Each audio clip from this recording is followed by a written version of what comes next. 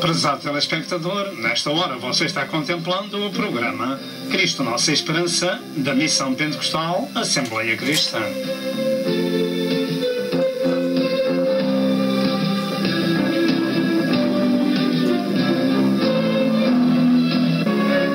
O alvo deste programa é a glória de Deus e a salvação da sua alma. E para isso, por favor, procure obter as muitas mensagens deste ministério, tais como evangelismo, ensino e profecia para estes últimos dias da Hora da Graça.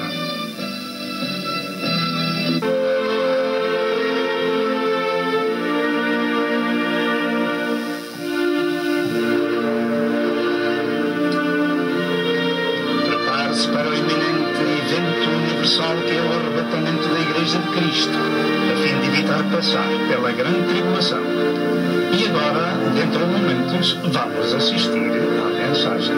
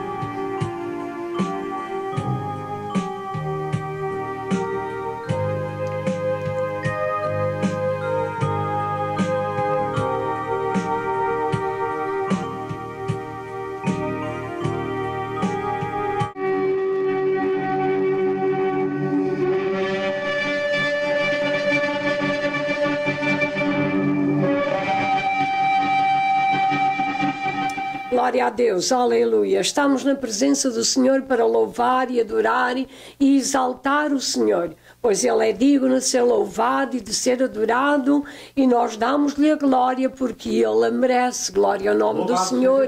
A sua glória Ele não dará ao outrem. Aleluia, glória ao nome do Senhor. O louvor tem que ser para o Senhor. Aleluia. Bendito seja Deus. Aleluia. Estamos felizes porque estamos na presença do grande Rei, do grande Eu Sou, do Todo-Poderoso. Aleluia. Ele disse que estaria conosco todos os dias, até à consumação dos séculos. Glória ao seu nome. E Ele é fiel à sua palavra. Aleluia. Oh, aleluia. Querido amigo, querida amiga que nos vê, aleluia. Seja na realidade agradecida para com Deus. Se ainda não conhece ao Senhor, entregue a sua vida nas mãos dEle, porque Ele aguardará, aleluia, e Ele a abençoará. Glória ao nome do Senhor. O nosso desejo é que esta mensagem seja uma bênção para a sua alma, aleluia. Vamos orar para que Deus abençoe o seu servo, em nome de Jesus. Senhor nosso Deus e nosso Pai, como é bom ter-te por nosso Deus, por nosso Salvador, por nosso Criador, aleluia. Reconhecer quem tu és, aleluia, daquilo que tu és capaz. Glória ao teu nome. Senhor, contigo reside todo o poder, aleluia. Bendito seja o teu nome. Ó Senhor, diante de ti todo o joelho se dobra e toda a língua confessa de que tu és o Senhor. Bendito seja o teu nome. Obrigado, Senhor, por este privilégio que nos tens concedido, aleluia, de saber, de reconhecer, aleluia, de te ter como nosso Senhor e nosso Salvador. Glória ao teu nome, pois nos fizeste teus filhos por adoção, e nós te estamos gratos. Glória ao teu nome. Abençoa o teu servo, a mensagem que tens para os nossos corações. Ó Senhor, nós te pedimos e agradecemos tudo em nome de Jesus. Amém. Aleluia. Prezado telespectador, paz seja convosco. De novo no seu lar com a mensagem do Evangelho, que é o poder de Deus para a salvação de todo aquele que crê. A palavra de Deus é lâmpada para os nossos pés e luz para o nosso caminho. Meditando neste livro sagrado, nós estamos fortalecendo o nosso espírito, santificando a nossa alma e o nosso espírito e o nosso corpo. É isto que Deus pretende daqueles a quem deu a sua imagem e semelhança. O Senhor nos deu a sua imagem e semelhança. Não somos pessoas vulgares, não. Somos feitura de Deus. E é importante saber que todos os homens, todas as pessoas que vêm a este mundo são boas pessoas. O que não é bom é aqueles que entram nas pessoas e os fazem errar no caminho. Portanto, rendemos a Deus o louvor, a glória e a adoração que pertencem ao Pai, ao Filho e ao Espírito Santo, porquanto Ele veio a este mundo revelado em carne, dando a sua vida pelos pecadores no Calvário para os resgatar com o seu próprio sangue. Ele ressuscitou ao terceiro dia e está à destra do Pai, intercedendo por nós. Estou falando de Jesus Cristo, o Filho de Deus vivo, aquele Cordeiro que foi imolado desde a fundação do mundo. Este é o plano sagrado de Deus para toda a humanidade. Assim, um dia Ele disse que havia de voltar para levar para a casa do Pai aqueles que crescem nele. E hoje é dia de boas novas para muita gente, onde esta mensagem chega, porque é dia de salvação. É dia também de estarmos alertados acerca das profecias que precedem a vinda de Jesus. A mensagem deste dia é um assunto de muito interesse no campo da profecia e que tem sido objeto de gasto de muita tinta, e assim continua devido às interpretações do assunto que vai ser ministrado, e que é difícil dizer que alguém tenha a última palavra sobre este assunto. E eu devo dizer também que se houver alguém que saiba toda a Bíblia, eu não me importo de ser seu aluno. ainda hoje eu ando a aprender com a graça de nosso Senhor Jesus Cristo. O facto é que as mesmas Escrituras dizem que somente em parte conhecemos e em parte profetizamos. Mas quando vier o que é perfeito, então o que é em parte será aniquilado. Porque agora vemos por espelho em enigma, mas então veremos face a face. Agora conheço em parte, mas então conhecerei, como também sou conhecido. Isto diz o apóstolo São Paulo em 1 Coríntios 13, verso 9, 10 e 12. Além disto, dizem 1 Coríntios 12, verso 7, que a manifestação do Espírito é dada a cada um para o que for útil. E é nesta capacidade que me posso pronunciar sobre este difícil tema da revelação do profeta Elias. Portanto, este esboço é apenas um contributo sobre o assunto e que seja de bênção para as nossas e para as vossas almas. O estudo a ser ministrado, então, é sobre se o profeta Elias já veio ou se virá ainda. Sobre se o profeta Elias já veio ou se virá ainda. O texto desta mensagem encontra-se em Malaquias 4, verso 1 ao verso 6, e o texto a ser meditado é o verso 5 e o verso 6, que nós vamos acompanhar na leitura. Amém. Assim diz a palavra do Senhor em Malaquias capítulo 4, que é o último capítulo do Velho Testamento e também é a última profecia do Velho Testamento.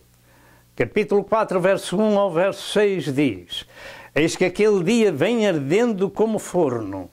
Todos os soberbos e todos os que cometem impiedade serão como palha, e o dia que está para vir os abrasará, diz o Senhor dos Exércitos, de sorte que lhes não deixará nem raiz nem ramo.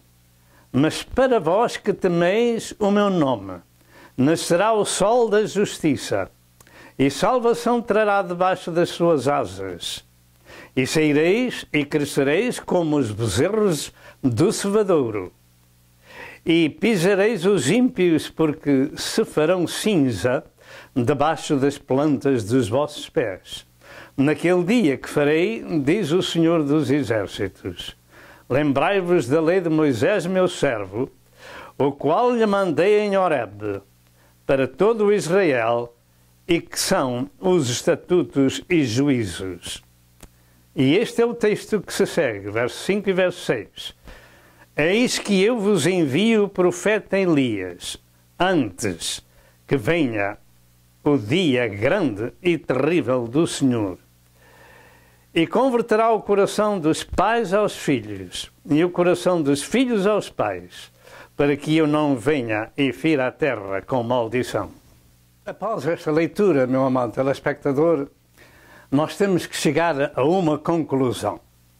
A última profecia dada do Velho Testamento é acerca do grande e terrível dia do Senhor que há de vir sobre a terra. E é sobre isto que cada um de nós deve ter em consideração a sua vida e o conhecimento bíblico acerca das profecias que se cumprem no tempo e no espaço, a fim de que possamos andar avisados do tempo em que vivemos nesta geração. O grande e terrível dia do Senhor virá. Nós não vamos falar sobre ele, mas vamos falar apenas no fim, vamos dizer alguma coisa, mas vamos falar sobre a história do profeta Elias. Ele já veio? Ele virá ainda? Etc. São perguntas. Nesta mensagem meditaremos em vários aspectos. Primeiro, o profeta Elias e seu ministério. Segundo, o profeta Elias no tempo de Jesus na terra. Em terceiro lugar, o profeta Elias no tempo da volta de Jesus para a terra. Numa breve introdução deste tema, devemos ter em conta duas coisas. A primeira é que o nome de Elias significa cujo Deus é Jeová. Assim, o homem que carregava tal nome expressava a ideia da sua vida, do seu caráter e do seu trabalho. E a segunda é o primeiro aspecto, ou seja, Elias e o seu ministério. Elias aparece no cenário profético num tempo muito difícil para o povo de Israel. Os bons tempos do reinado de David e de Salomão tinham acabado e o reino do filho de Salomão deu numa divisão em dois reinos que se chamaram Israel e Judá. E o rei que reinava em Israel, cujo nome era Jeroboão, caiu na tentação de fazer 2 bezerros de ouro e os colocou em Betel, um em Betel e outro em Dan, para evitar que o povo fosse adorar a Jerusalém e fosse para lá. 1 Reis 12, 26 e 33, levando o povo de Deus à idolatria com este feito de colocar 2 bezerros lá em Samaria. E Judá e Israel continuavam separados segundo a profecia do profeta Aías, 10 tribos para Israel e 2 tribos para Judá. 1 Reis 11, 29 a 32, por causa da idolatria de Salomão. Assim, pelo tempo do profeta Elias, reinava em Judá um bom rei chamado Jeosafá, 1 Reis 15 e verso 24. Mas sobre Israel e Samaria reinava um mau rei chamado Acabe, 1 Reis 16 e verso 28. E este mau rei de Israel, segundo 1 Reis 16 e verso 30, fez o que parecia mal aos olhos do Senhor, mais do que todos os que foram antes dele. De maneira que era um homem que servia ao diabo em vez de servir a Deus. Fez pior do que todos os outros antes dele ser rei.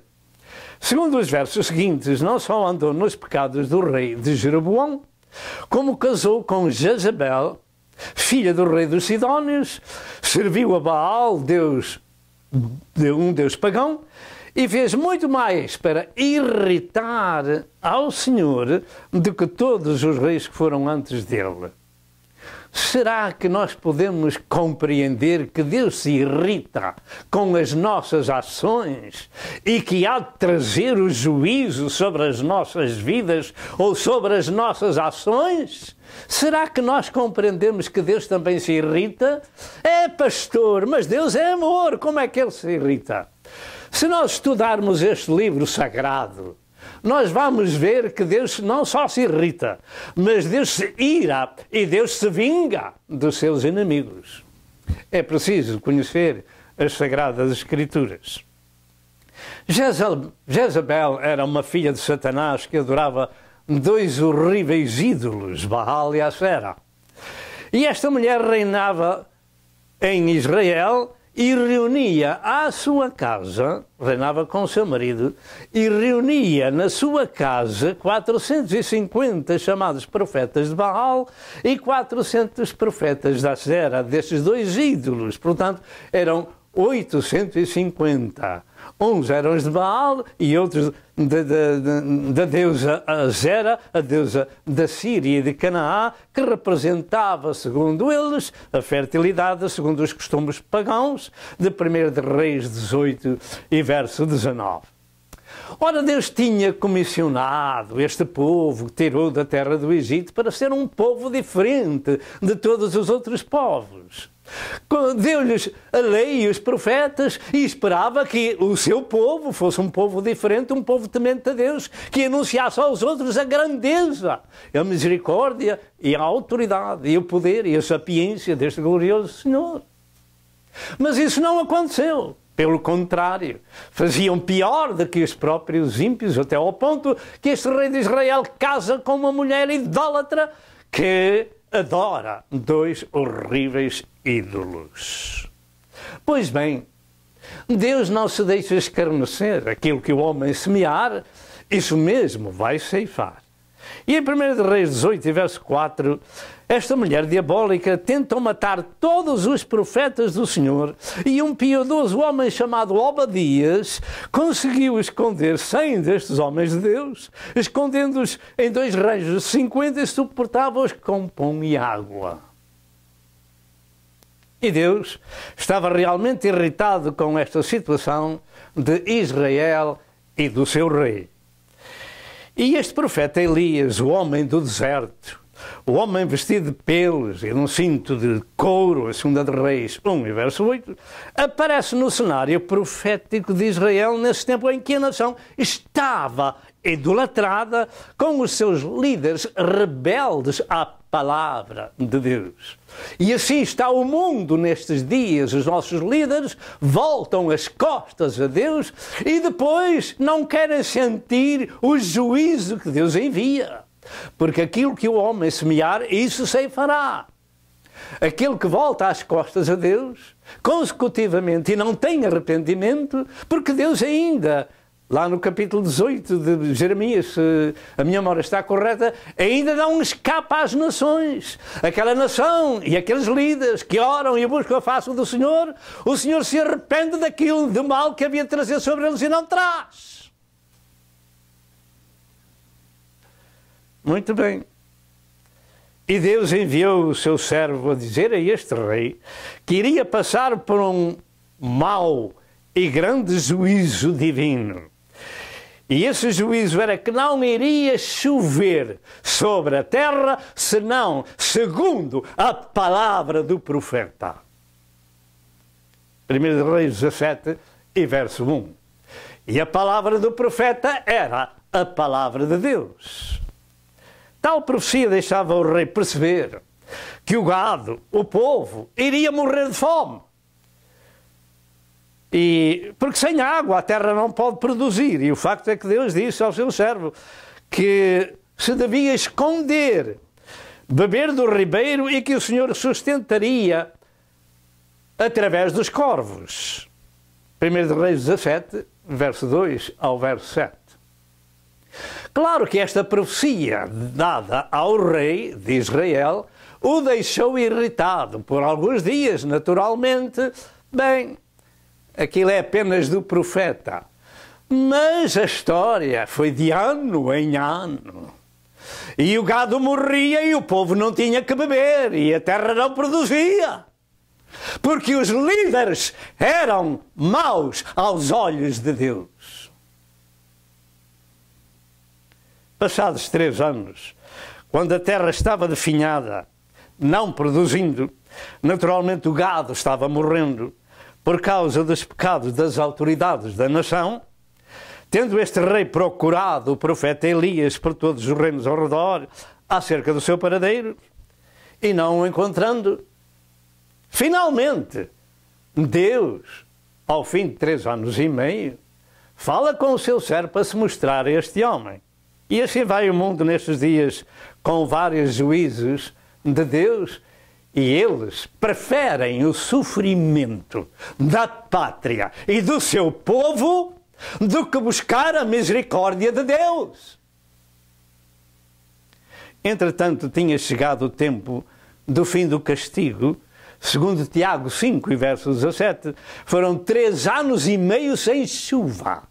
Porque o profeta falou e a chuva parou. E o profeta falou outra vez e a chuva caiu. E Deus ia fazer algo de grande no meio daquele povo, ia trazer de novo a chuva à terra e a fartura. Mas o seu servo iria enfrentar as autoridades e os servos de Satanás.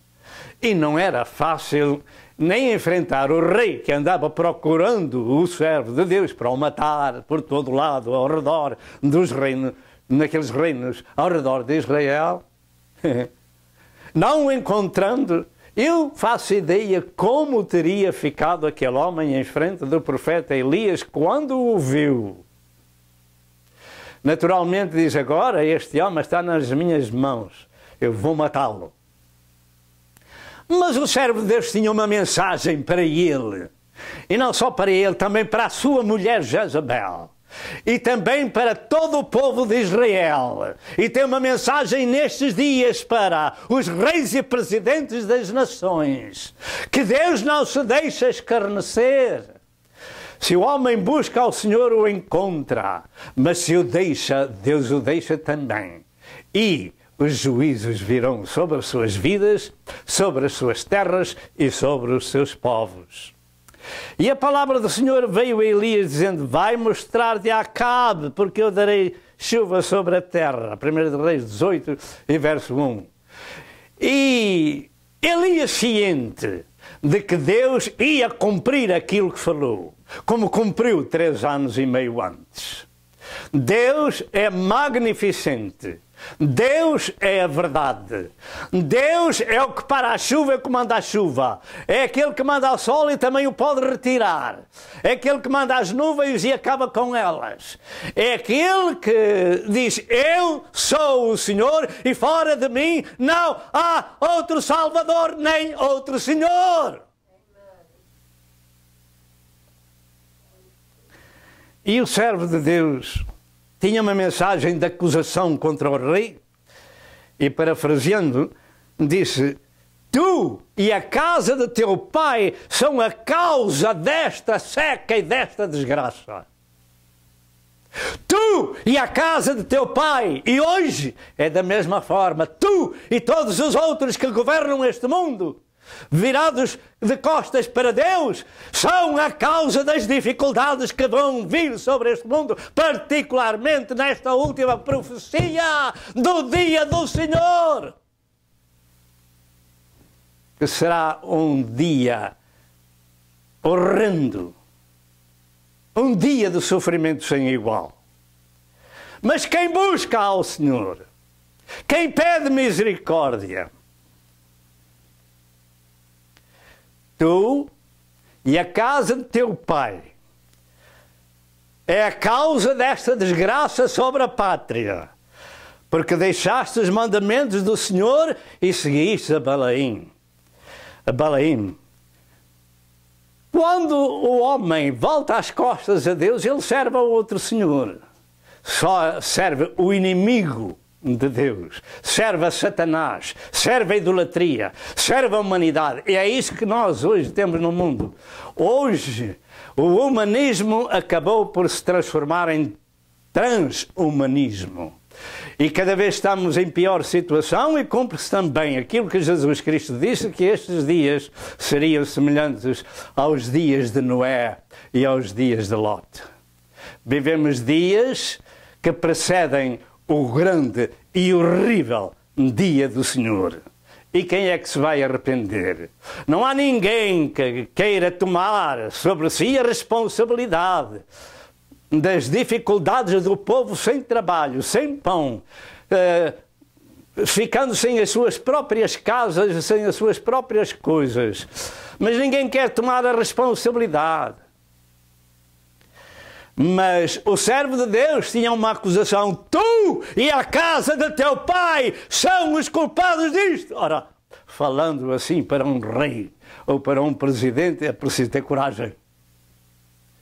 E a coragem de Elias era a palavra de Deus, era a mensagem do céu, era o próprio Deus que tinha mandado o seu servo dizer: sem eu voltar a falar, não vai haver chuva sobre a terra. E acusar o rei na sua própria cara não era trabalho fácil, não? Agora, pois, envia, diz o servo do Senhor ao rei, agora, pois, envia e ajunta a mim todo o Israel no Monte Carmelo, como também os 450 profetas de Baal e os 400 profetas de Azera, que comem à mesa de Jezabel. Em vez de comerem os servos de Deus, comiam os servos do diabo, as coisas que ainda restavam da pátria em decadência. E a coragem deste servo de Deus dependia apenas do Senhor em frente de tal multidão diabólica, e disse até quando cocheareis entre dois pensamentos? Se o Senhor é Deus, segue, se Baal é Deus, seguia Baal. O servo de Deus, em frente de uma multidão de 850 profetas de Satanás, é preciso ter coragem para falar aquilo que ele falou. Mas ele pôs dilação entre eles. Se Deus é Deus, seguia Deus. Se Baal é Deus, seguia Baal. Olha, vossos tendes aí o resultado de seguir a Baal. Este é o resultado, é fome, é seca, é desgraça na pátria. E de uma vez e para sempre o profeta de Deus desafiou os servos do diabo a provar quem era Deus. Desafiou-os a provar quem era Deus, respondendo com fogo do céu sobre o sacrifício. Muito bem, vocês são tantos, fazei vós primeiro o sacrifício e invocai o vosso Deus. E eles levaram horas naquela história a clamar ao seu Deus Baal, ao seu ídolo, para que respondesse por fogo, porque o profeta de Deus tinha dito: aquele que responder por fogo, aquele Deus que responder por fogo, esse será Deus. E toda uma outra multidão disse: está bem, é assim mesmo que a gente vai gostar de ver. Está bem. E levaram horas, já se retalhavam com facas, e etc. O sangue jorrava dos seus corpos. E não havia resposta de Baal, porque Baal era um ídolo, não era Deus. De maneira que foi a altura do servo colocar as pedras no seu lugar no altar. 12 pedras, elas simbolizavam as 12 tribos de Israel. E foi agora a altura dele colocar o seu sacrifício sobre o altar, a lenha e o sacrifício. E por fim ainda fez algo de maravilhoso. Foi a vez de Elias tomar não só as 12 pedras e o sacrifício e a lenha, mas mandar pôr 12 cântaros de água sobre o altar, e a água corria ao redor no rego do altar. E em resposta à oração do servo de Deus, o fogo caiu do céu e consumiu o holocausto, consumiu a lenha, consumiu as pedras e consumiu a água. E agora os profetas de Baal e de Asera ficaram de boca aberta. Mas o povo ficou radiante e dava glória a Deus, dizendo: só o Senhor é Deus, só o Senhor é Deus, só o Senhor é Deus. Diga, só o Senhor é Deus, só o Senhor é Deus. E o resto da idolatria que o mundo está cheio, particularmente no mundo português, é de Baal, não é de Deus. É de Asera, não é de Deus. É do Egito, não é de Deus. É de Roma, não é de Deus. É da Grécia, não é de Deus. E de tantos é de Babilónia e não é de Deus. Damos graças a Deus por perceber que nesta Sagrada Escritura o Senhor nos narra a sua vontade de que só Deus é o único Senhor, e o seu Filho Jesus, o único Salvador do mundo e o único mediador entre Deus e os homens. O servo de Deus orou, clamou ao Deus do céu para que lhe respondesse, para que o povo, o rei e os profetas de Satanás soubessem quem era Deus. E Deus respondeu por fogo e consumiu o altar, as pedras, o holocausto, a água e tudo mais. Mas depois o profeta do Senhor os levou ao ribeiro de Coisão e ali os destruiu. E esta estátua perpetua o seu caráter e a sua fé diante de Deus e dos homens. Finalmente, Deus fez este milagre. Veio fogo do céu para mostrar àquele rei e ao povo e aos profetas de Baal que há um Deus que se irrita com as ações dos homens. E o Senhor mandou o fogo do céu, e a sentença daqueles profetas foi a morte. Pelo servo de Deus os destruiu naquele ribeiro. E o povo finalmente dizia: só o Senhor é Deus, só o Senhor é Deus. Quanto aos profetas de Baal e de Asera, não ficou nenhum. Então disse o servo de Deus a Acabe: sobe, come e bebe, porque há ruído de uma abundante chuva. Realmente foi só quando o povo de Deus disse: só o Senhor é Deus, e deixou de seguir a Baal e a Asera, é que o Senhor fez um milagre. O Senhor sabia naturalmente aquilo que ia acontecer e tinha dito ao seu servo que iria mandar sobre a terra, não sem que primeiro mostrasse àquele rei e ao povo quem era Deus e quem eram os idólatras. O ministério de Elias era como que radical. Ou o povo se arrependia de seguir seus deuses pagãos, ou Deus enviava o seu juízo, porque foi durante 3 anos e meio sem chuva. E a nação de Israel tomou a decisão de seguir o Senhor Jeová somente e não a Baal. 1 de Reis 17 e 1 de Reis 18. Contudo, tanto o rei como Jezabel eram por demais duros de coração. Particularmente Jezabel, que acabou por ser comida pelos cães. 2 de Reis 9, 30 a 37. Finalmente, Elias terminou o seu ministério sendo arrebatado ao céu num carro de fogo e não provou a morte. Foi trasladado e Eliseu ficou em seu lugar em 2 de Reis 2, verso 9 ao verso 11, como vamos ver Elias indo para o céu e deixando o seu manto para Eliseu. E Deus mandou um carro de fogo com cavalos de fogo para buscar o seu servo. E o seu manto caiu sobre o profeta Eliseu, que fez o dobro dos milagres do seu senhor Elias. Agora, meus amados ouvintes, tomemos nota disto, que o profeta Elias nunca morreu, como Enoque também não, porque andou com Deus e Deus para si o tomou, como diz em Gênesis 5, verso 24.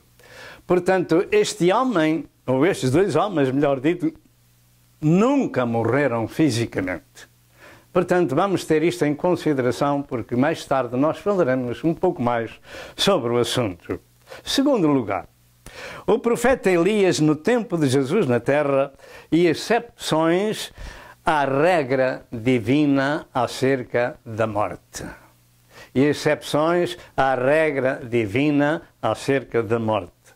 Segundo o que vamos estudar nas Santas Escrituras, e tomando por base o que Deus afirmou, que o pó volta para o pó e o Espírito volta para Deus, que o deu, Gênesis 3 e versos 19, e como diz também em Hebreus 9, 27, que o homem está ordenado a morrer uma vez, vindo depois disso o juízo, tomando, portanto, estas Escrituras como base, então todas as pessoas deverão morrer, mesmo os servos de Deus. Mas existem várias outras escrituras que nos ensinam que existem exceções à regra divina. Como acima foi dito, que Elias e Enoque nunca morreram e foram arrebatados ao céu. Naturalmente foram transformados, porque carne e sangue não podem entrar no céu. E o facto é que quando a Igreja de Cristo for arrebatada ao céu, também não vai provar a morte, mas serem transformados, segundo o que está escrito em 1 Coríntios 15, versos 51 e 52, e 1 Tessalonicenses 4, versos 16 e verso 17. Portanto, a Igreja militante dos últimos dias também nenhum vai provar a morte. E será, digamos, 1/4 ou cerca de 1/4 da população do mundo que de um abrir e fechar de olhos vão para o céu sem morrer. Estas são exceções à regra divina e isso nos deve dar uma ideia em relação com as 2 testemunhas de Deus em Apocalipse capítulo 11.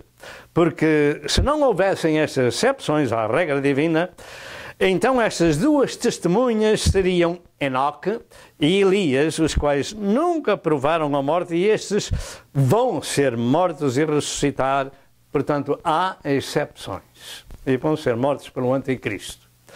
Por outro lado, Israel religioso crê que este profeta Elias tem de se manifestar antes da volta do seu Messias, e eles estavam certos disso. E a profecia que acabamos de ler diz: eis que eu vos envio o profeta Elias antes, diga antes que venha o dia grande e terrível do Senhor.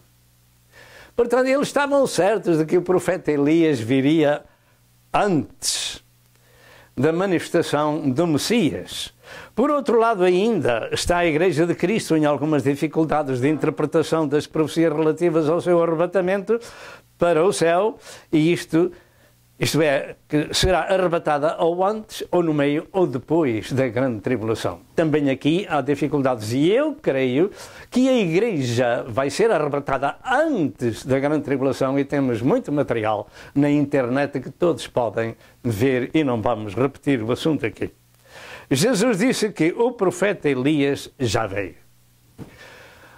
O profeta Malaquias disse que o profeta Elias virá antes do grande e terrível dia do Senhor. E Jesus disse, o profeta Elias já veio. Nem ele estava relacionando com a primeira vinda em que destruiu os profetas de Baal e de Azera. Não me estou referindo a isso. Muitos cristãos têm tido muita dificuldade de compreender se Elias já veio ou se virá ainda. Qual o sinal da volta de Cristo, como no tempo em que Cristo esteve na terra? Eu creio que o que estamos falando é apenas um pouco do muito que se pode falar. E, portanto, aquilo que estamos falando é uma contribuição. E como atrás foi referido, vamos dar este pequeno contributo sobre este assunto bíblico, a fim de que nos seja possível ter mais um pouco de luz sobre o tema. A vinda do Messias para o povo judeu sempre foi interpretada de que o profeta Elias tinha que se manifestar antes do Messias se manifestar na terra. Sempre foi. E a profecia de Malaquias que acabamos de ler está correta. O pior é a interpretação do assunto. Não há dois Elias iguais. Não podem haver duas personalidades iguais. Ou Elias vai voltar, ou Elias não vai voltar. Uma da história é certa. Ou Elias vai voltar, estou a falar do Elias profeta em personalidade. Ou Elias vai voltar, ou Elias não vai voltar. E segundo o que eu creio, que não podem haver dois Elias iguais, portanto Elias não vai voltar para depois morrer. Porque há provisão nas Escrituras de que também a Igreja será arrebatada e não provará a morte. Portanto, baseamos este assunto na Sagrada Escritura. E disse Jesus que Elias já veio. Então, Jesus é a verdade, Ele é o Senhor, então Ele não pode enganar ninguém, Ele fala o que é reto. Diz que Elias já veio e não o conheceram, mas fizeram tudo o que quiseram. Elias já veio, ninguém pode alterar esta Escritura. E disse Jesus que Elias já veio e não o conheceram. Elias já veio e não o conheceram. Mas fizeram tudo o que quiseram. Assim farão padecer também o Filho do Homem.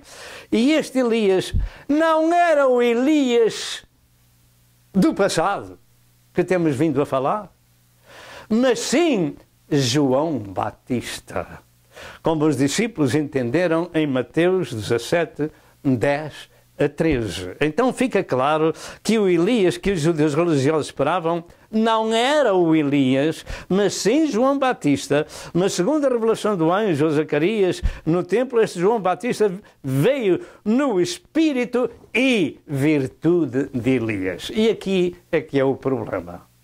É que as palavras que Jesus disse não foram bem recebidas, nem bem interpretadas, mas os discípulos conheceram. Sabe que os servos de Deus sabem, entendem a linguagem de Cristo. E o seu trabalho seria anunciar o Cristo, converter os corações dos pais aos filhos e os rebeldes à prudência dos justos, com o fim de preparar ao Senhor um povo bem disposto.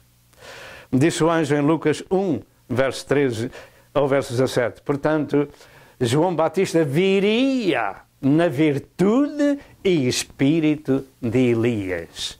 E os discípulos de Jesus compreenderam que Jesus, quando disse Elias já veio, se referia a João Batista. Este João Batista, que o anjo do Senhor falou a seu pai Zacarias, era o anjo que escreveu Malaquias, em Malaquias 3:1, que diz: Eis que eu envio o meu anjo que preparará o caminho diante de mim. E de repente virá ao seu templo o Senhor, a quem vós buscais, e o anjo do concerto, a quem vós desejais. Eis que vem, diz o Senhor dos Exércitos. Mas quem suportará o dia da sua vinda? Diz o capítulo 3 de Malaquias. Porque ele se sentará como o lavandeiro com o sabão de lavandeiro, afinando a prata e o ouro. Quem suportaria? Não o suportaram. Em Mateus 11 e verso 10, Jesus disse em relação a João: porque este é de quem está escrito: eis que diante da tua face envio o meu anjo que preparará diante de ti o teu caminho. E no verso 13 e verso 14, Jesus diz ainda: porque todos os profetas e a lei profetizaram até João. E se quereis dar crédito, este é o Elias que havia de vir. E agora eu pergunto, em que ficamos?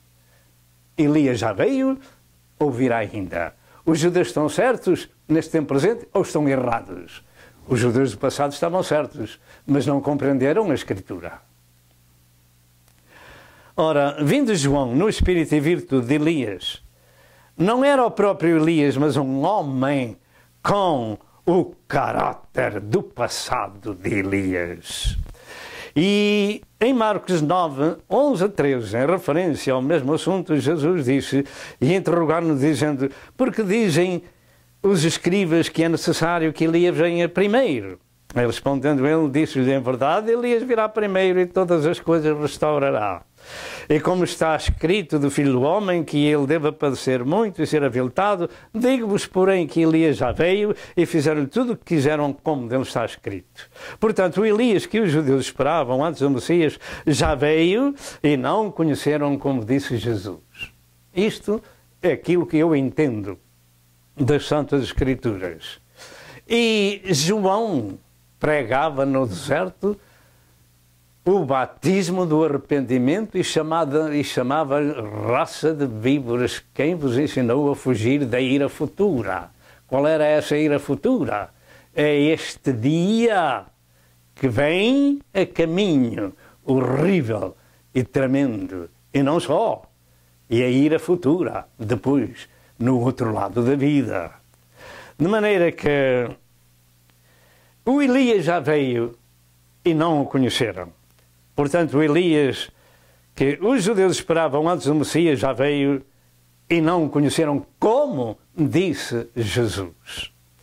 Eu creio que em João Batista, que veio no espírito e virtude de Elias, que cumpriu o capítulo 40 de Isaías, na voz do que clama no deserto, realmente este é o que está escrito em Mateus 3, verso 1 ao verso 12, entre outras palavras diz estas: porque este é o anunciado pelo profeta Isaías, que diz: voz do que clama no deserto, preparai o caminho do Senhor, endireitai as suas veredas. E em toda a Escritura nunca se viu que um profeta de Deus que existiu na terra algum dia tenha vindo do céu em carne para anunciar a palavra de Deus.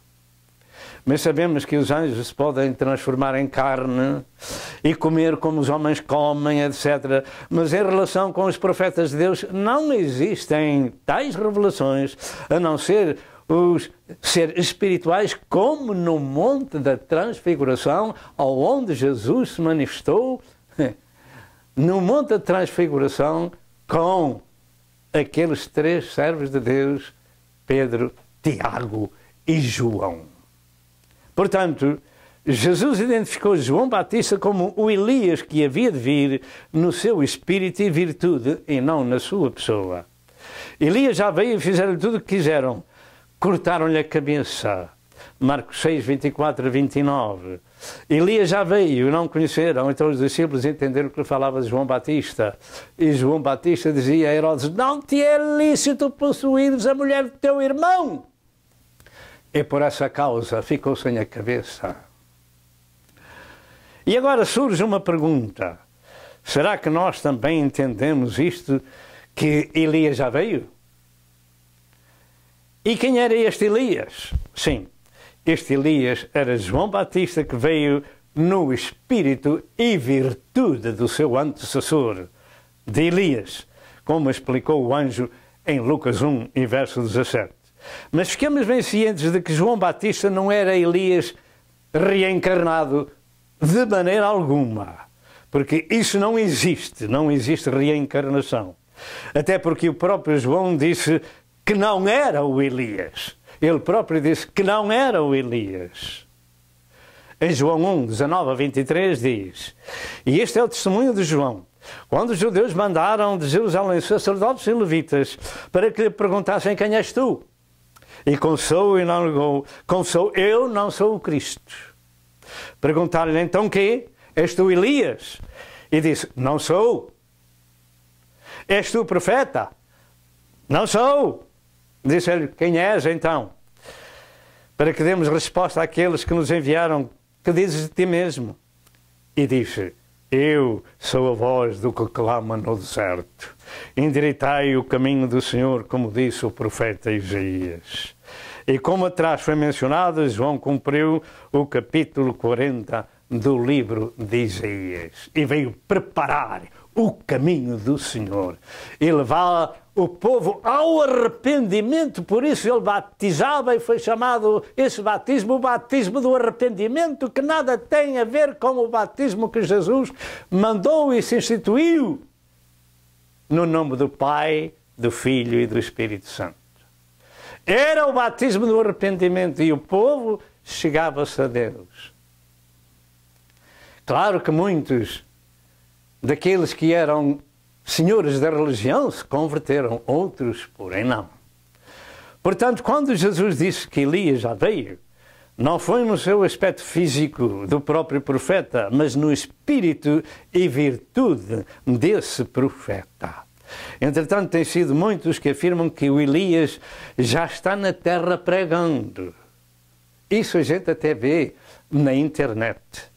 E muitos mais se têm intitulado de Cristos, e realmente isto tem que acontecer. Porquê é que tem que acontecer?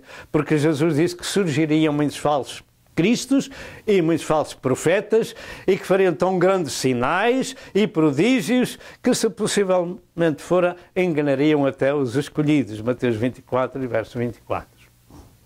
E esses escolhidos são Israel, no tempo da grande tribulação. De maneira que o mundo está sendo infestado de falsos cristos e falsos profetas, e o mundo não conhece, porque não dá ouvidos à Sagrada Escritura, ao João Batista do passado e ao João Batista do presente. Louvado seja o nome do Senhor. O que eu compreendo das Santas Escrituras sobre este tema é que, primeiro, naturalmente o profeta Elias existiu, teve o seu ministério no Velho Testamento, que não morreu, mas que foi levado ao céu num carro de fogo, com cavalos de fogo. Portanto, Deus o mandou buscar pelos seus anjos. 2 Reis 2, verso 1 ao verso 11. Segundo, que a vinda deste profeta pela segunda vez se cumpriu na pessoa de João Batista, não sendo ele o profeta do passado, mas sendo João no seu caráter e ministério semelhante, conforme a revelação do anjo e de Jesus Cristo, que afirmou que Elias já veio e não o conheceram. Portanto, eu creio que até aqui toda a gente tem compreendido. Terceiro lugar, terceiro aspecto do estudo. O Elias dos últimos dias que precedem a volta de Cristo para a Terra. O Elias dos últimos dias que precedem a volta de Cristo para a Terra. Deixe-me dizer que, antes de mais nada, que neste tempo presente há muito João Batista e muito Elias a pregar pelo mundo inteiro. Sabe qual é a sua mensagem? E sabe qual é a mensagem a quem eles pregam? É arrependimento à Igreja e aos ministros do Senhor, que não falam exatamente e verdadeiramente aquilo que está escrito na palavra de Deus, que o homem tem que nascer de novo, para entrar no céu, tem que ter uma vida santificada no corpo, na alma e no espírito, é tempo de arrependimento. E isso há muito profeta do Senhor falando por todo o mundo a quem quiser ouvir, porque o seu rebanho é pequeno, são poucos os que se salvam e são poucos os que entram pela porta estreita e pelo caminho estreito. São poucos, realmente são poucos, têm pouca força. A Igreja de Cristo tem pouca força, mas guarda a palavra do Senhor. Por isso eu também te guardarei da hora da tentação que há de vir sobre a terra. Apocalipse 3, verso 10 e verso 11, se a minha memória está correta. Louvado seja o nome do Senhor. Mas em profecia nem tudo é fácil. Eu creio que a profecia de Malaquias 3:1 refere-se exatamente a João Batista, vindo no espírito e virtude de Elias, ou seja, o anjo do Senhor que prepararia o caminho do Messias, como diz em Isaías 40 e verso 3. E esta profecia de Malaquias 4, verso 5 e verso 6, do nosso texto inicial, tem uma missão a ser cumprida. E parece ter um duplo cumprimento espiritual, ou na pessoa de João, já cumprida, ou em outra pessoa no futuro, com o mesmo caráter, ou até, de um modo geral, como temos vindo a anunciar, o espírito de a pregação do arrependimento ao povo do Senhor. E isto, se tivermos em conta que há a exceção de Deus à regra da morte, como foi dito em Hebreus 9, verso 27, mas algo mais será dito. Este grande servo de Deus, Elias, do passado, Deus fez diversos milagres com ele. Um dos milagres maravilhosos é que ele foi sustentado pelos corvos, e também fez vir fogo do céu à vista do rei dos falsos profetas. Ele foi arrebatado ao céu num carro e cavalos de fogo. Eliseu ficou em seu lugar e com o seu manto e fez o dobro dos seus milagres, dos milagres de Elias. E em Israel, no Carmelo, ficou com uma estátua a perpetuá-lo, com uma espada, revelando acerca daquilo que ele fez no Ribeiro de Coisão com os profetas de Baal.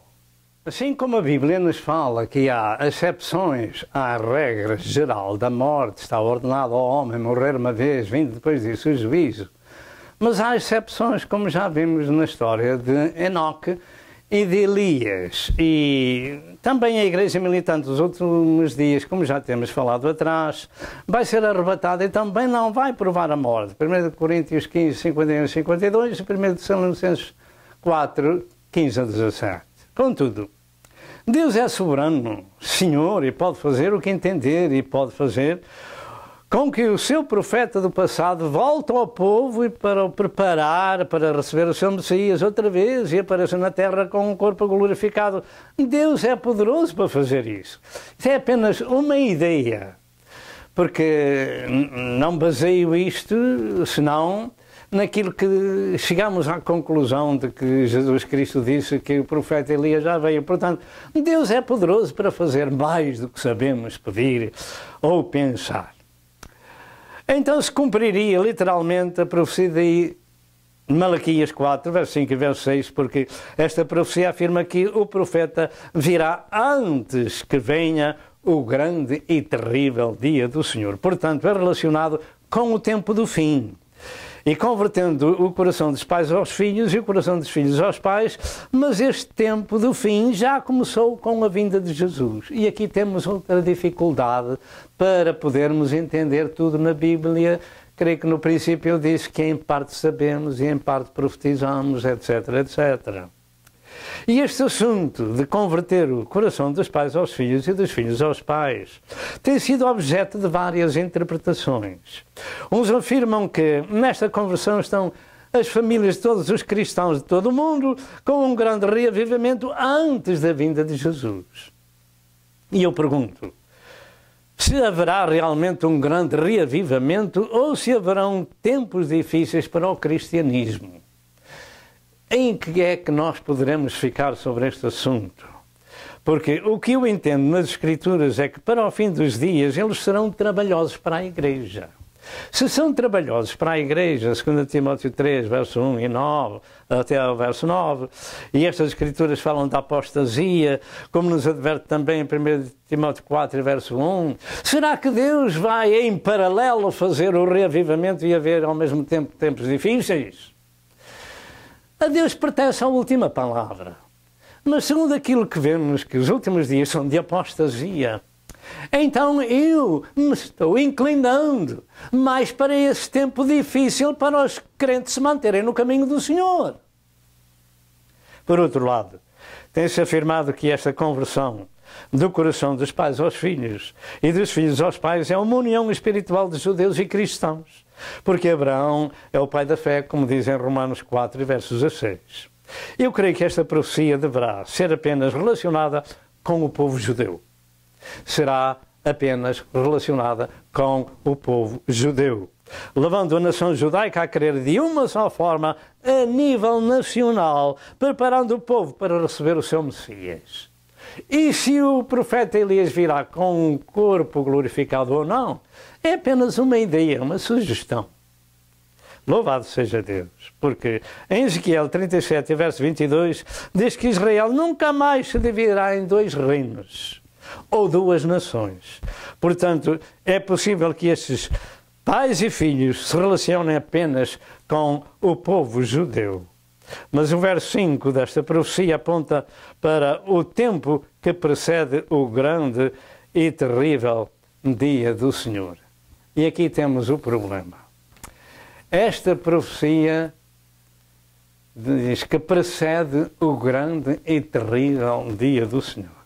Assim, por este facto, consideramos duas coisas. Primeiro, que é possível, como atrás mencionei, vir de facto o profeta Elias com um corpo glorificado.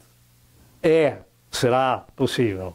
Como apareceu no Monte da Transfiguração, com Moisés, em Mateus 17, 1 a 5, cujo Elias foi reconhecido por Pedro como Moisés. Ponto de interrogação.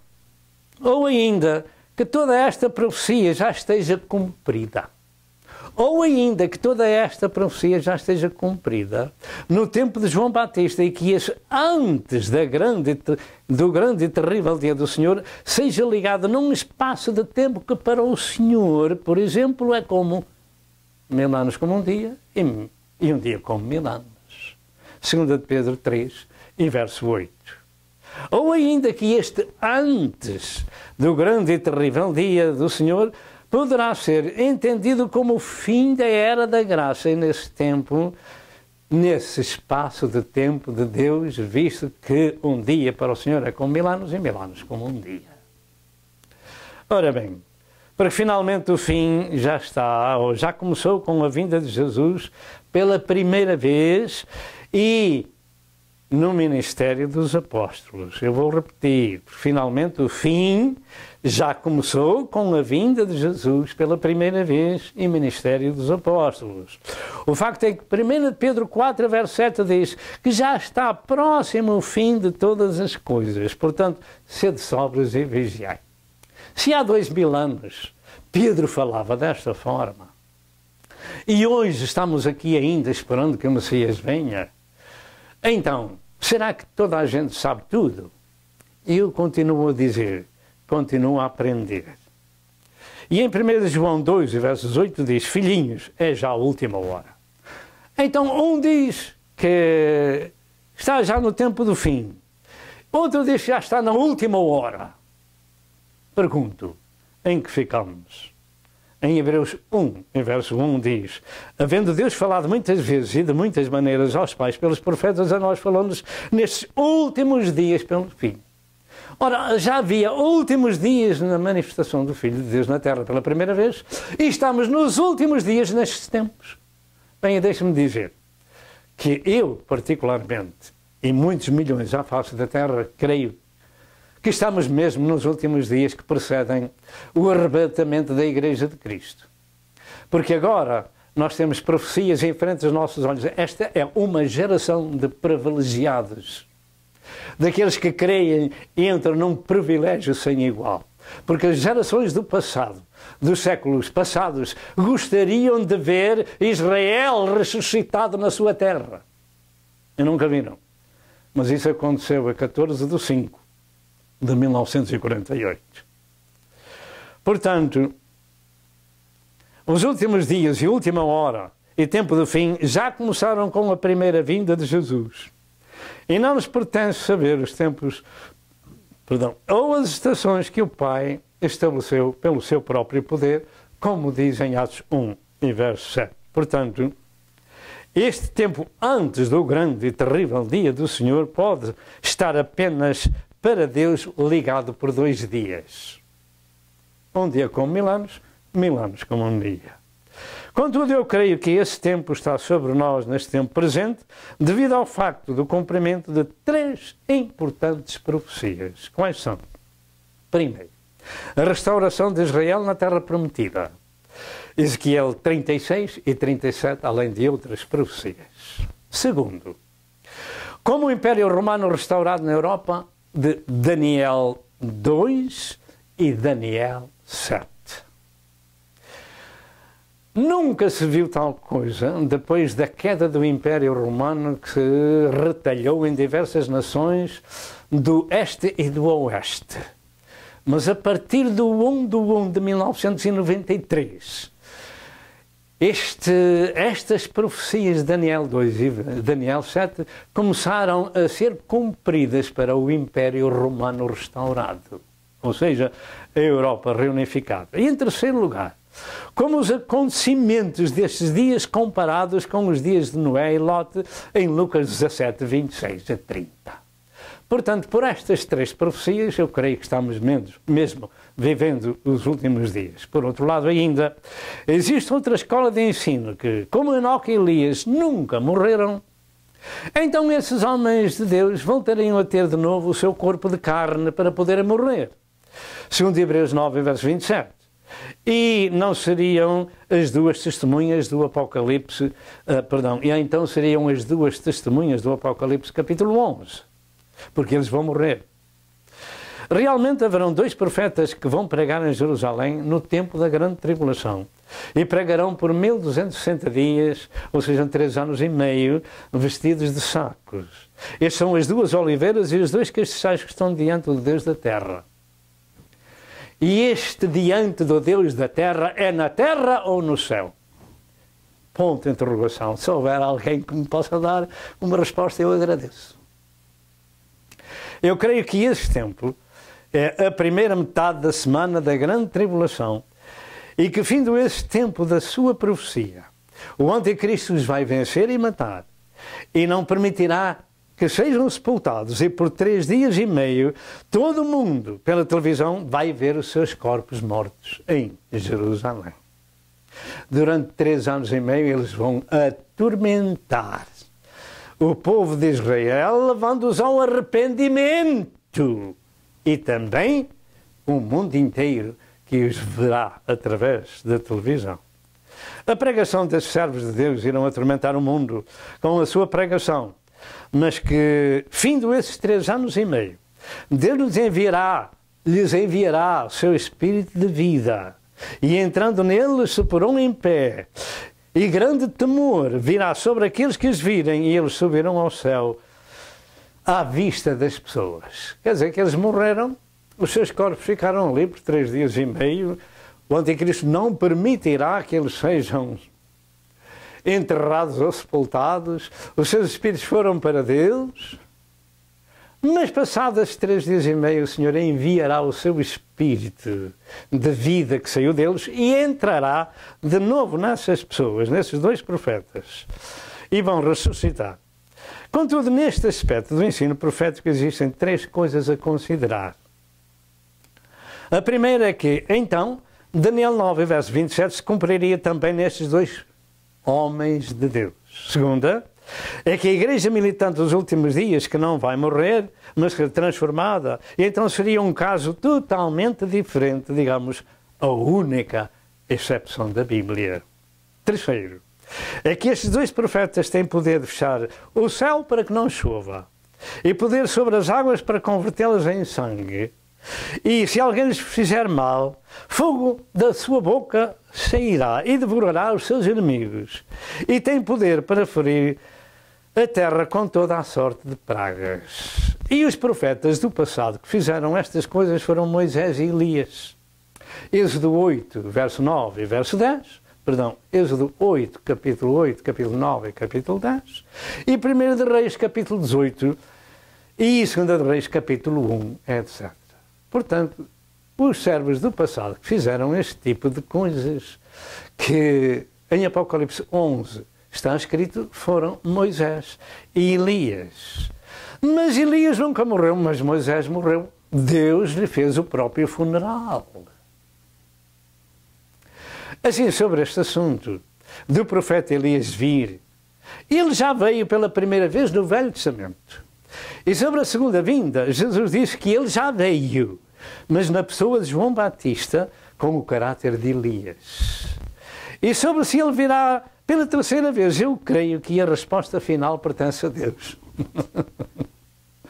Eu creio que essa resposta final pertence a Deus. Como também acerca dos dois profetas de Apocalipse 11, bem como acerca de Elias de Malaquias 4, 5 e 6. E sobre este assunto, se virá ou não esse profeta Elias para o povo judeu, eu fecho esta questão com esta escritura de 29 de Deuteronômio e verso 29, que diz: as coisas encobertas são para o Senhor nosso Deus, porém as reveladas são para nós e para os nossos filhos. A revelação bíblica mais importante do assunto desta profecia é que ele nos fala de arrependimento e mudança de vida nas pessoas, como foi no tempo do profeta do Velho Testamento, no tempo de João Batista. Assim será para o fim. E isso nós temos na Bíblia muitas chamadas ao arrependimento, mesmo servos de Deus, de 5 igrejas do Apocalipse.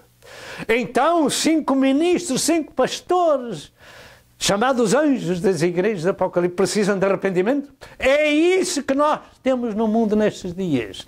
E o espírito de arrependimento, a pregação sobre o arrependimento do profeta Elias está na terra nestes dias, chamando o povo de Deus ao arrependimento. Porque o grande e horrível dia do Senhor está para vir. E para os últimos dias esta é a mensagem para a Igreja de Cristo, porque muitos chamados de cristãos, há muito que não tomam a sua cruz, porque são apacentados por outros evangelhos, estranhos ao Evangelho de Cristo, como estavam aquelas 5 igrejas, aqueles 5 ministros das igrejas da Ásia, os seus pastores, precisados de arrependimento, Apocalipse 2 e Apocalipse 3. Finalizando, o grande e terrível dia do Senhor da profecia de Malaquias. É claro que se nós fôssemos agora a pegar neste assunto, teríamos muito que falar. E nós queremos terminar este assunto porque nós temos na televisão e espalhado para o mundo inteiro, na internet e em DVDs, estes assuntos ministrados sobre o dia da vinda do Senhor, sobre a ira do Senhor, sobre a vingança do Senhor, e não vamos dizer muito sobre isso, mas para terminar a mensagem, vamos dizer um pouco. Este é um assunto revelado e que todos nós devemos andar informados do que se trata. Eu disse que o grande e terrível dia do Senhor é um assunto revelado. Portanto, devemos todos saber do que se trata e evitar ficar cá. Por isso chamamos ao arrependimento aqueles que têm o nome de cristão, mas que não tomam a sua cruz. E como temos feito outros estudos, não vamos então repetir. Mas este grande e terrível dia do Senhor consta dos grandes juízos de Deus sobre a terra. E eles vão ser mesmo grandes. palavra de Deus nos diz que cerca de 3/4 partes da terra vão morrer de morte violenta, porque desprezaram, voltaram as costas a Deus, como voltou aquele rei do tempo de Elias. Hoje os nossos líderes voltam as costas a Deus, não procuram a face do Senhor, e a terra está podre moralmente e espiritualmente arruinada.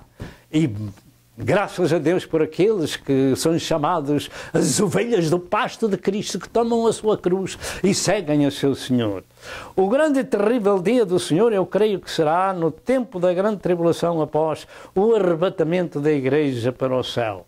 E nós já temos visto por todo o mundo diversos juízos para nos alertar das dores, do princípio das dores.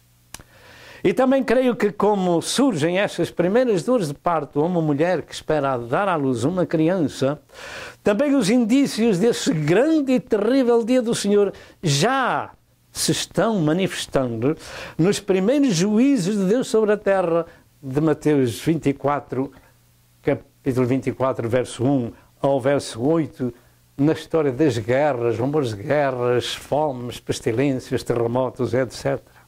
Primeiro, será o dia da aflição ou tribulação que jamais houve sobre a terra. Mateus 24, 21 e 22 diz que se aqueles dias não fossem abreviados, nenhuma carne se salvaria.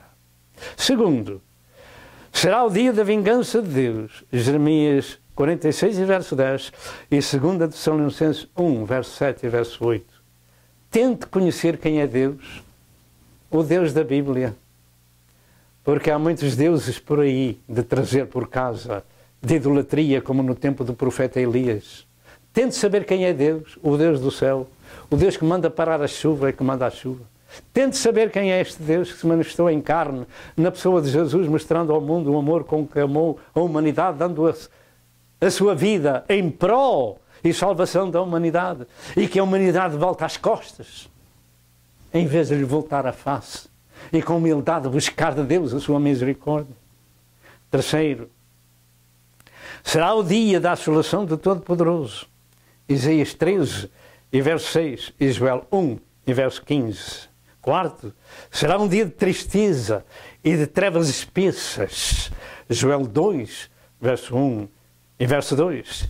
Quinto, será o dia da batalha de Deus, onde os homens morrerão de pé e o seu sangue formará um rio com cerca de 200 milhas no Médio Oriente. Zacarias 14, verso 1 ao verso 12 e Apocalipse 14, verso 14 ao verso 20. E dentro de momentos voltamos. Amém. No grande e terrível dia do Senhor haverão tantas pragas sobre a terra, tanta destruição atômica, que as pessoas serão dizimadas no Médio Oriente numa só praga. Muitos milhões e milhões de pessoas ficarão descarnadas em um segundo. Eles morrerão de pé, como está escrito em Zacarias 14 e verso 12. E formará naquele lugar um rio de sangue que chegará ao freio dos cavalos. Apocalipse 14 e verso 20. Não queira ficar para o dia do Senhor. O espírito do profeta Elias também está na terra nestes tempos, como estava no tempo de João Batista. No espírito e virtude de Elias, que é levar o povo ao arrependimento. Sexto lugar, esse dia terrível do Senhor será um dia de indignação e de angústia. Sofonias 1, 14 a 17. Indignação e angústia. Não queira passar por ele. Sétimo lugar, será um dia de vingança de Deus sobre as Nações Unidas e as nações árabes por ter repartido a terra do Senhor que Ele deu a Israel. Isaías 34, verso 1 ao verso 8 e Joel 3, 1 e 2. Serão dias de juízo sobre a terra.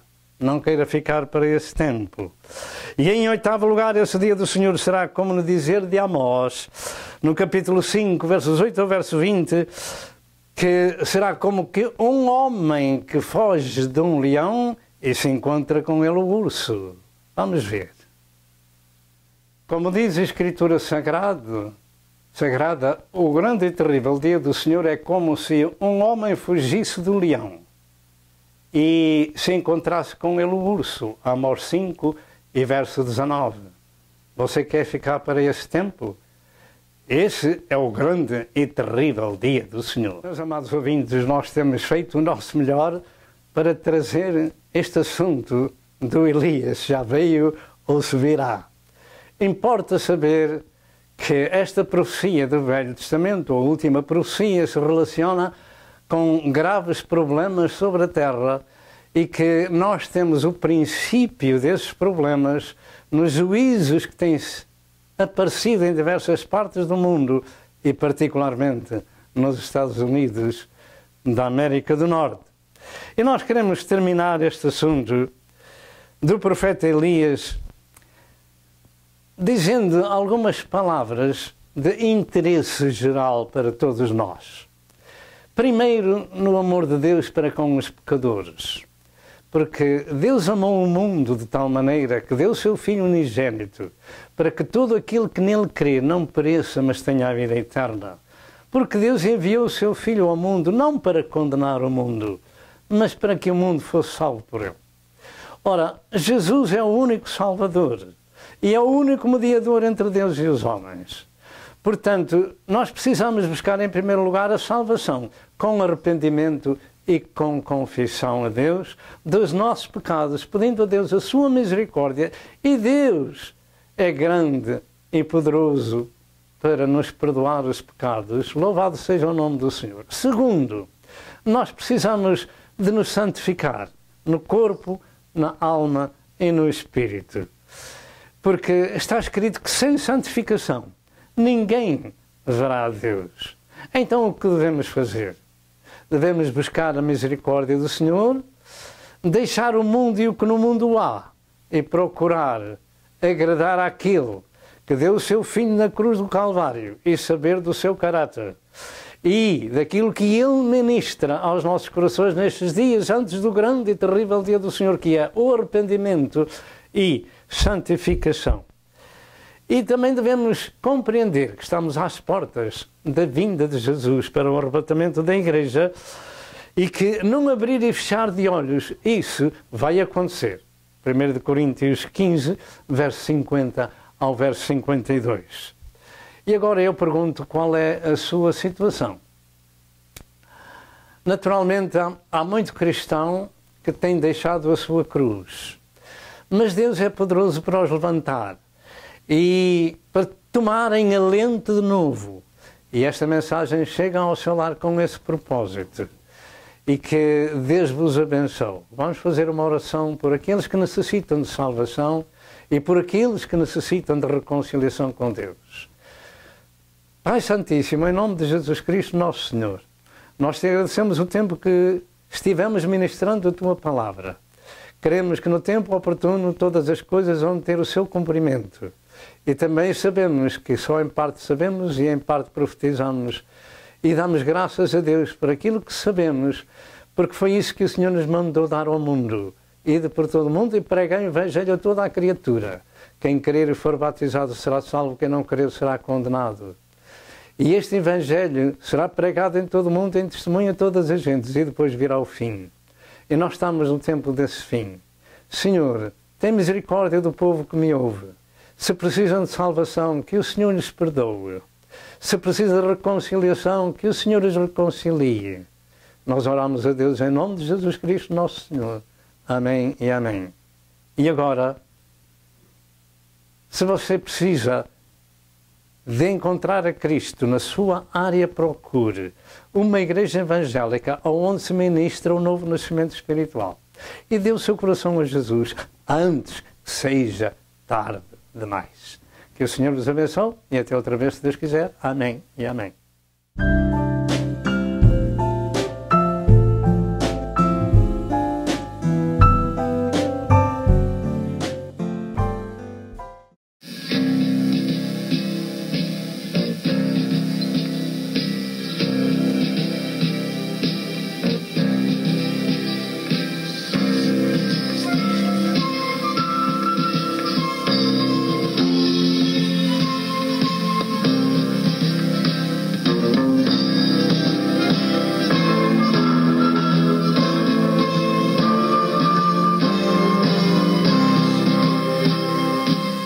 telespectador, eu creio que você foi abençoado com a mensagem deste dia. Toma uma decisão e junte-se ao povo de Deus para viver a eternidade com Jesus.